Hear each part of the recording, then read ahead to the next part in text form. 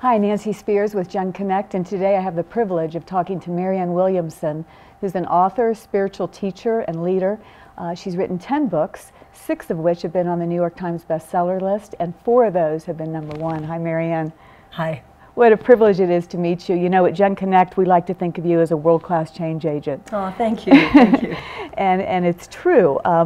We have exciting news that you are actually running for Congress. Yes, I am. For District 33 in Los Angeles or Yes. California? Yes. So Marianne, what inspired you to run for Congress? Well, I think that each of us feels in our own hearts a kind of internal guidance as to where we can best be of use, where our gifts can contribute the most. And I think it's a yearning inside all of us to do that. I think transforming the world, which any conscious person knows is the challenge and necessity of this moment, is multidimensional. Each of us have gifts and roles to play. I have not run for electoral office before, but I think for those of us who are interested in the larger movement of consciousness and transformation, we can't leave electoral politics out of our formulation. I think there's a limit to what we can do from the sidelines. There's a limit to what we can do from online petitions. And I think some of the behavioral patterns of the U.S. government today are particularly reckless and irresponsible because they are undemocratic. I think we've developed a legalized system of bribery and corruption where money wields so much more influence on the functioning of our government than does the average citizen as to really represent a dismantling of our democratic foundations.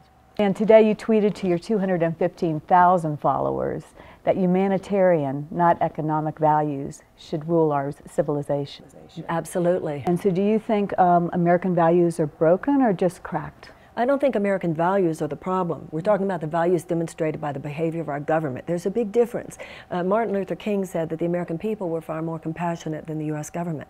I don't have a problem with the American people. I think American people we're fine. This is not a problem about the American people. This is a problem about the U.S. government not reflecting the better angels of our nature. I mean, with over 300 million people, we have some people that we wouldn't, want to have dinner with, but we also have a lot of geniuses and a lot of spunk and a lot of great stuff going on.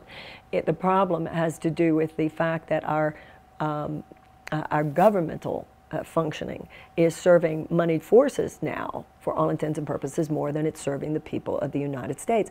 That's why I said that humanitarian values rather than economic values should be the ordering principle of our society. We are more than economic creatures. We understand we live within a moral universe. We live within a universe, a constellation of factors far more than just money. So we need a politics of conscience, not just a politics of money.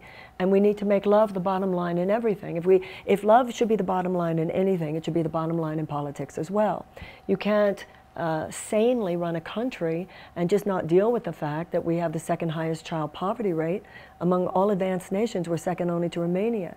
You can't sanely run a country and not deal passionately with the fact that we have the highest mass incarceration rate in the world. And for an African American man living in the United States today has 1 in 3 lifetime probability of incarceration. This is morally unacceptable. And so we have to bring our ethics, our integrity, our moral sense of what is true and right for the collective. Economic justice is a moral issue, as is preemptive war, child poverty, all those things. So I think that many of us who have dealt with questions like this, what is the right thing? What is the loving thing? How do I live my life according to higher principles?